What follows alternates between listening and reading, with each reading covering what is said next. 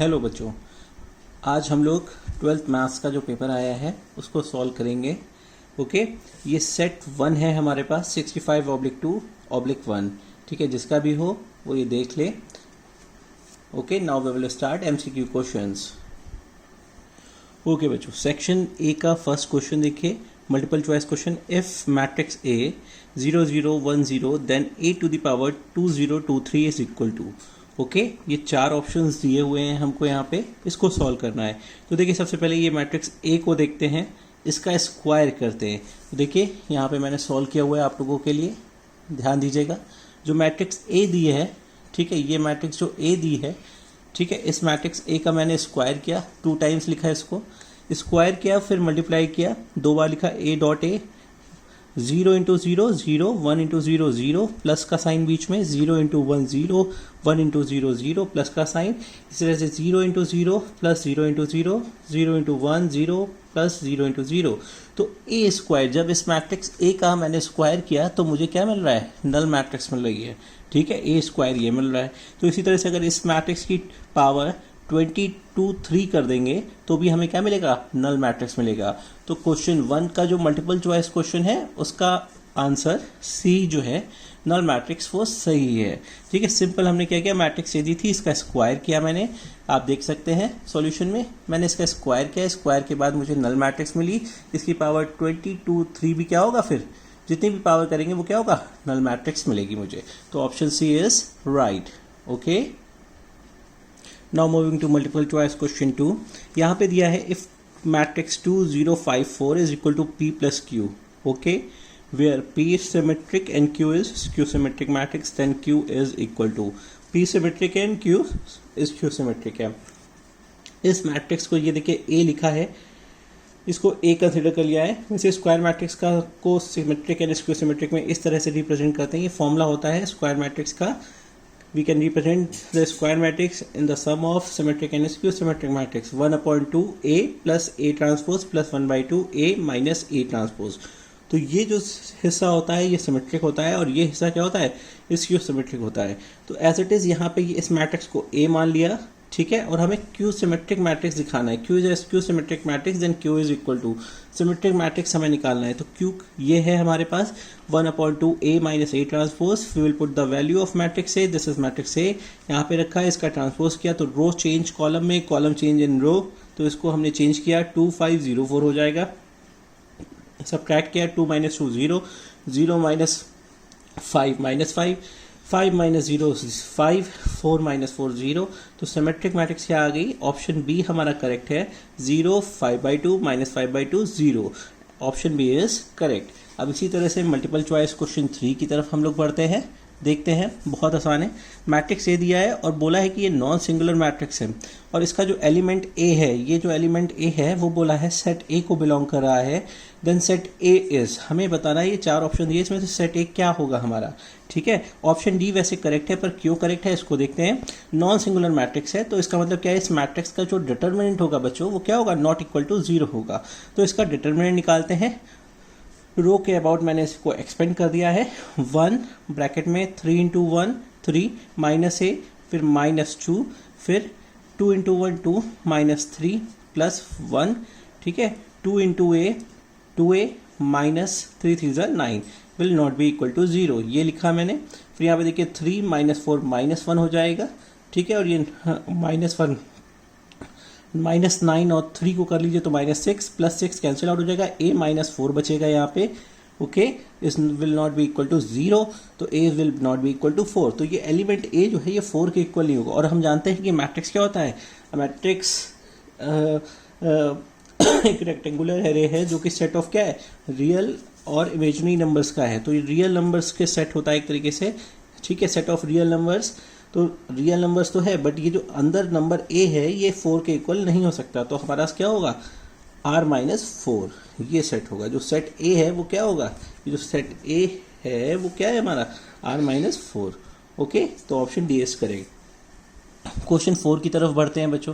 Question 4 को देखते हैं। इफ डिटर्मिनेंट ऑफ ए या mod A is equal to K A, mod में where A is a square matrix of 2 the sum of all possible values of K, मतलब जो के की जितनी भी वैल्यू आ गई उनका सम हमें बताना है, सम बताना है के की वैल्यूज का। तो देखिए इसका एक फॉर्मूला होता है कि अगर कोई डिटरमिनेंट ऑफ ए है तो वो क्या होता है, जितने ऑर्डर की मैट्रिक्स होती है के की पावर बाहर आ जाती है उसी ऑर्डर में। ठीक है, तो देखिए यहाँ पे ये 2 ऑर्डर की मैट्रिक्स है, तो हमने लिखा mod A is equal to K square A. ठीक है, determinant of A is equal to K square determinant A, तो ए से ए कैंसिल हो जाएगा, K square equal to 1, square root लगेगा तो +-1 वैल्यू आ जाएगी, के की जितनी भी वैल्यूज हैं उनका सम यानी +1 -1 विल बी इक्वल टू 0, तो ऑप्शन डी क्या होगा, करेक्ट होगा। ठीक है, क्वेश्चन 4 हो गया मल्टीपल चॉइस का। अब बढ़ते हैं क्वेश्चन 5 की तरफ बच्चों। तो देखिए क्वेश्चन 5 में क्या है, हमें ये दिया हुआ है और बोला f of 0 is 0 then fx is equal to, हमें fx निकालना है। ठीक है, तो देखिए इसको कैसे निकालेंगे, fx हमने लिखा ax plus B, D by D X को हम इधर शिफ्ट कर देते तो इंटीग्रेट हो जाएगा। ठीक है, ये इंटीग्रेशन का साइन आ गया यहाँ पे, और इसको सॉल्व करना है ax² / 2 plus B x plus C. Integrate करते हैं तो हम कांस्टेंट लगाते हैं सी। ठीक है, अब देखो यहाँ पे 0 है, f ऑफ 0 की वैल्यू क्या दी है, 0 दी है, तो f ऑफ 0 x की जगह पे 0 पुट किया, f ऑफ 0 a x की जगह 0, b की में x की जगह 0 और c, तो c की वैल्यू कितनी आ रही है, 0 आ रही है। ठीक है, अब ये क्या हो गया, हमारा एक पर्टिकुलर सॉल्यूशन की तरीके से है। अब यहाँ पे c की वैल्यू हमने 0 पुट कर दी, तो हमारे पास fx क्या आ जाएगा, fx will be equal to ax² / 2 plus bx। Option B हमारा करेक्ट होगा, बिकॉज c की वैल्यू हमारी 0 आ गई है। यहाँ पे एक कंडीशन दी हुई थी, ठीक है, x की वैल्यू 0 रखो और y 0 है। ठीक है, इस तरीके से c निकाला तो वो 0 हो गया। Is that correct. Question number 6 की तरफ बढ़ते हैं बच्चों। देखिए क्वेश्चन नंबर 6 क्या कहता है हमसे, degree of the differential equation sin x plus cos dy by D X is equal to Y square इस।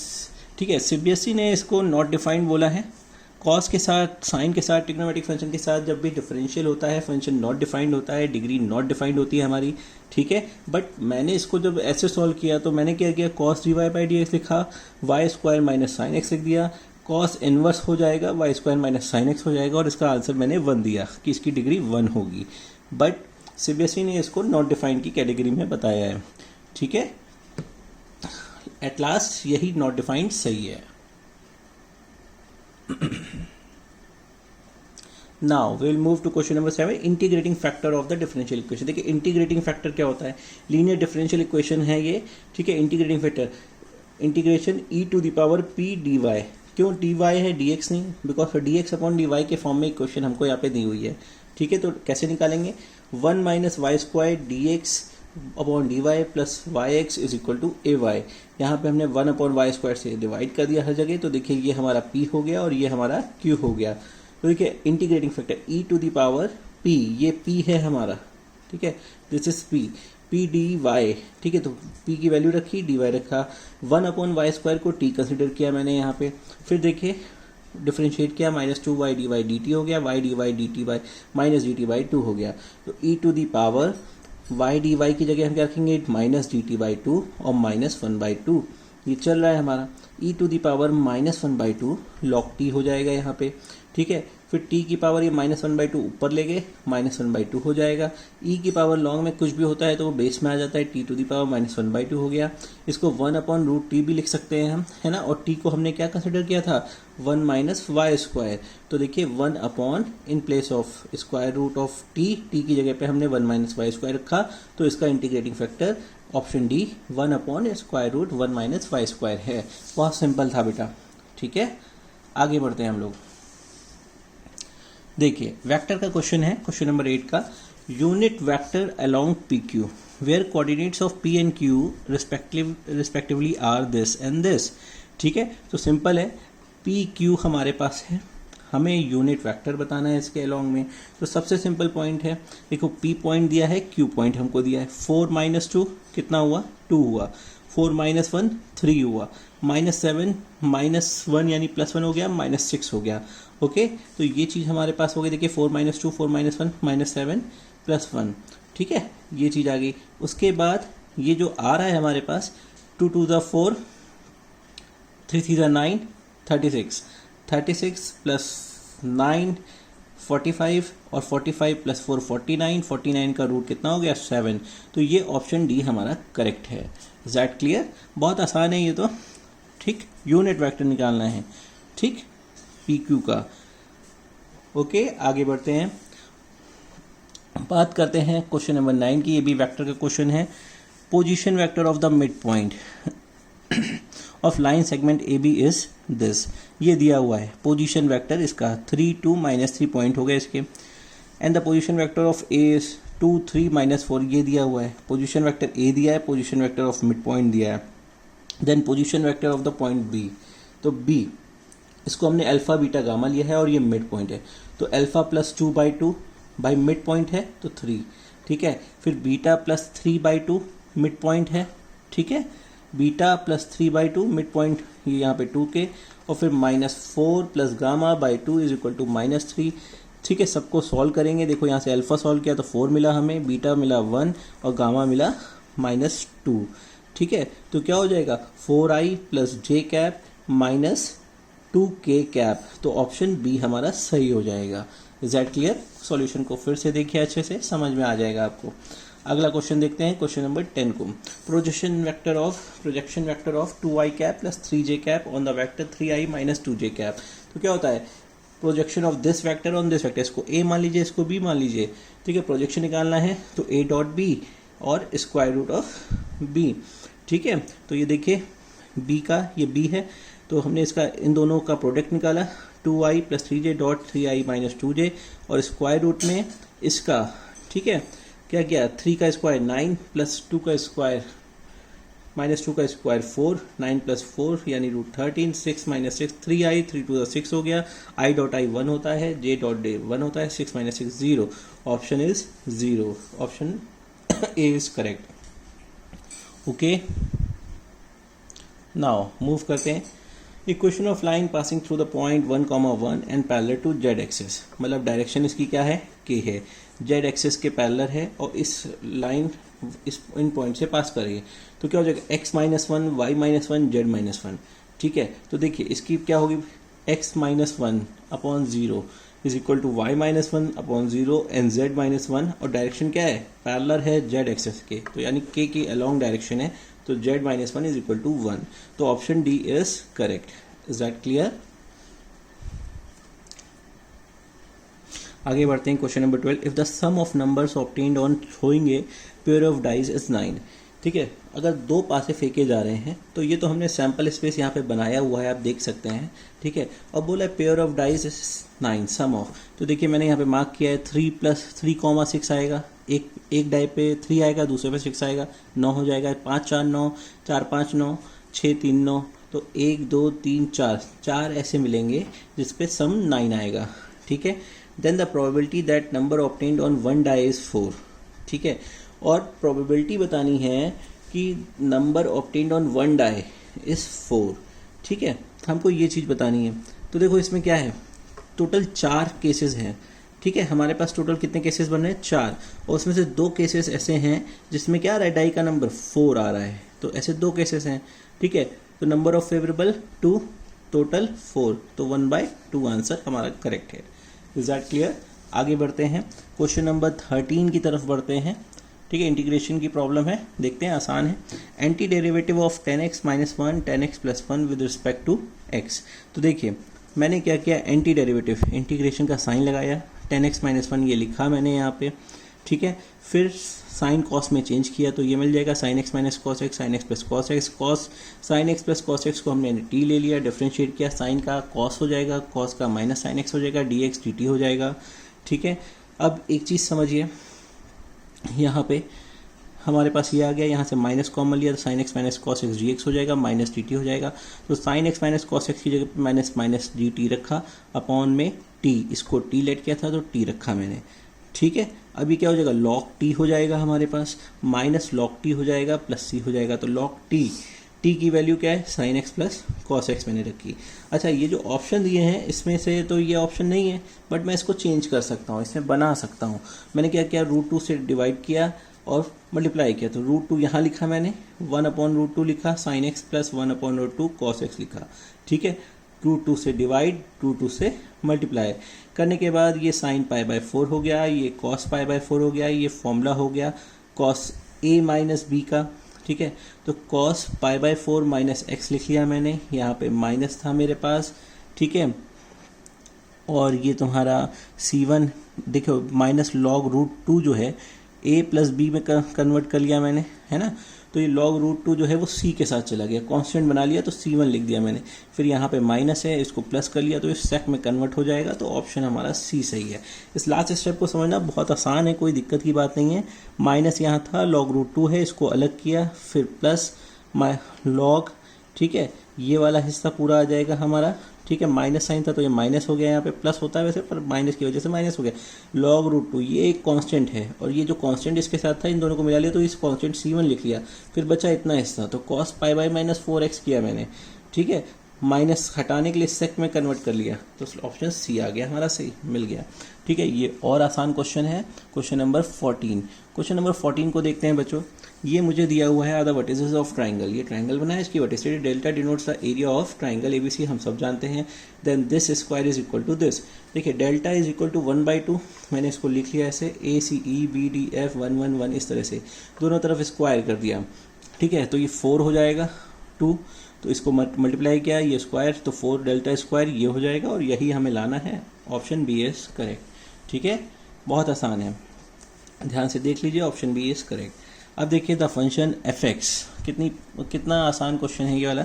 x mod x is equal to, देखिए मैंने यहाँ पे mod x का एक्सपेंड दिखाया कि plus x greater than equal to 0, minus x less than equal to 0, फिर उसके बाद यहाँ पे रखते हैं जब ग्रेटर देन की बात होती है तो x स्क्वायर हो जाता है और ये इसकी बात होती है तो लेस देन की माइनस x स्क्वायर हो जाता है।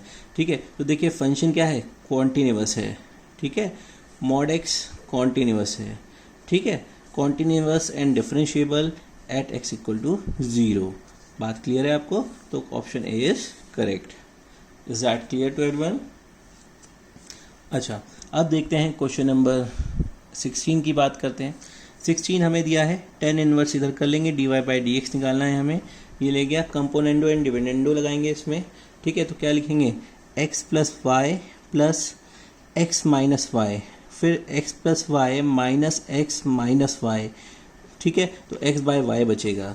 ठीक है, क्या किया है हमने, x plus Y plus X minus Y, फिर x plus Y minus X plus Y, ठीक है, तो क्या बचेगा यहाँ पे, y से y कैंसिल हो जाएगा, x से x कैंसिल हो जाएगा, यहाँ 2x और यहाँ 2y, तो x बाय वाई, 2 से 2 कैंसिल, x बाय वाई, ये देखिए tan इनवर्स k अपॉन 1 था, plus 1 minus componendo and dividendo लगाया, फिर इसका डिफरेंशिएशन मैंने कर दिया, ये कांस्टेंट है k है तो ये कांस्टेंट है, इसमें मैंने डिवीजन रूल लगा दिया, वाई स्क्वायर वाई एक्स की 1 माइनस एक्स dy/dx, ये हो गया, ये इधर चला गया, y minus X dy/dx equal to 0, ठीक है, और dy/dx will be equal to y/x, तो हमारा आंसर क्या आ गया, y/x आ गया।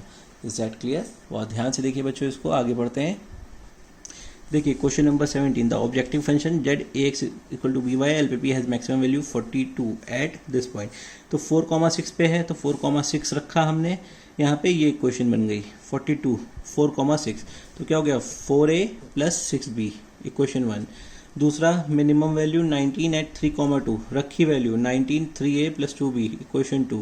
ये दोनों इक्वेशन हमारे पास बन गई, इनको सॉल्व करके a और b की वैल्यू हमें बतानी है, तो क्या करेंगे, इक्वेशन 2 में देखिए 3 से मल्टीप्लाई कर दीजिए, इक्वेशन 2 में हमने 3 से मल्टीप्लाई किया, 57 3 3 9 3 2 6 ये हुआ। अब इस इक्वेशन में इसको सब्ट्रैक्ट कर दे, 57 माइनस 42 15, ये 5a हो गया, b कैंसिल हो गया, a 3 आ गया, b 5 आ गया, ऑप्शन सी करेक्ट है, बहुत आसान है। ठीक है, अच्छा क्वेश्चन नंबर 18 में देखिए, इसको समझिएगा, इसमें ये जो भी ऑप्शन दिया था ये सारे ऑप्शन गड़बड़ थे, ठीक है, इसका आंसर 144 आ रहा था मेरा। The corner point of the feasible linear in programming are these, if z is the objective function the maximum value of z, और मिनिमम वैल्यू को माइनस करके हमें आंसर बताना है कि मैक्सिमम वैल्यू जो है उसको मिनिमम वैल्यू से माइनस करके आंसर बताओ, तो 144 आएगा। इसमें ऑप्शन गलत था, CBSE ने इसके लिए सबको 1 मार्क्स देगा, CBSE देगा ही। ठीक है, तो देखिए हमने कॉर्नर पॉइंट रखे 0,4 रखा है इसमें, तो क्या मिला 96, ठीक है, और मैक्सिमम के लिए 8,0 रखा तो 240 आया। ठीक है, तो देखो इन दोनों पे मैक्सिमम मिनिमम आ रहा है हमारे पास, ठीक है, इन दोनों को सब्ट्रैक्ट करते हैं, ठीक है, और इस पे हमारे पास 224 आ रहा है, ठीक है, 224, तो मैक्सिमम ये है, मिनिमम ये है, इस पॉइंट को रखा तो 224 आ रहा है, इस पॉइंट को रखा 240, इस पॉइंट को रखा तो 96, तो मैक्सिमम 240 माइनस 96 किया मैंने, तो कितना हो गया 144। तो इसमें कोई ऑप्शन नहीं है, बट इसके लिए सभी बच्चों को 1 मार्क्स अवॉर्ड होगा। ओके, ये हमारे मल्टीपल चॉइस क्वेश्चन थे 1 से 18 तक 1 मार्क्स के। अभी एसेशन रीजन बेस्ड हैं, ये भी बहुत आसान है, ये भी 1 मार्क्स के हैं। देखते हैं इसको। इसमें क्या है, 1920 statement assertion following statement reason both A and R true, R is the correct explanation of A. Option A, both A and R true but R is not the correct, A is true but R is false, A is false but R is true। तो देखते हैं question number 19 को देखते हैं बच्चों। assertion maximum value of cos inverse x का square is pi, range of the principal value branch of cos inverse x is -π/2 से π/2। ये फॉल्स है, ठीक है, ये चीज बिल्कुल करेक्ट है। cos inverse x square is पाई, ठीक है। तो इसमें क्या है, 19 के लिए क्या है, option C, option C is correct. मतलब ये maximum value of cos inverse x का square is pi square. Reason इसमें इन्होंने प्रिंसिपल ब्रांच का गलत दिया है। क्वेश्चन नंबर 2 की तरफ बढ़ते हैं, 20 की तरफ बढ़ते हैं, देखते हैं। बिल्कुल सही है ये। If a line makes angle alpha beta with positive direction coordinates sin square alpha sin square beta sin square gamma is 2। देखो ये हमें पता है, ठीक है। cos square alpha cos square beta plus cos square gamma कितना होता है, 1 होता है। तो इसमें मैंने सारी वैल्यूज़ रखी, सॉल्व किया तो देखिए ये 2 आ रहा है, ठीक है। ये हमें पता है, इसमें हमने सब इसको रखा तो ये कितना हो गया, 2 आता है, ठीक। अब रीज़न देखते हैं। The sum of square of the direction cosine of line is 1। देखिए डायरेक्शन कोसाइन का सम क्या है, 1 है। तो ये क्या है, ये ट्रू भी है और ये रीज़न जो दिया है ये भी करेक्ट है। इसी रीज़न की वजह से मैं इसको ये सॉल्व कर पाया। तो इसका ऑप्शन क्या होगा, option A, both A and R true and R is the correct explanation of A. बच्चों ये आपके मल्टीपल चॉइस क्वेश्चन थे 1 से 20। अब नेक्स्ट वीडियो में आपको मैं वेरी शॉर्ट आंसर जो है 21 से 25 तक के सारे क्वेश्चंस कराऊंगा। वो नेक्स्ट वीडियो में आएगा, इसको आप देख लीजिए अभी। Okay, all the best.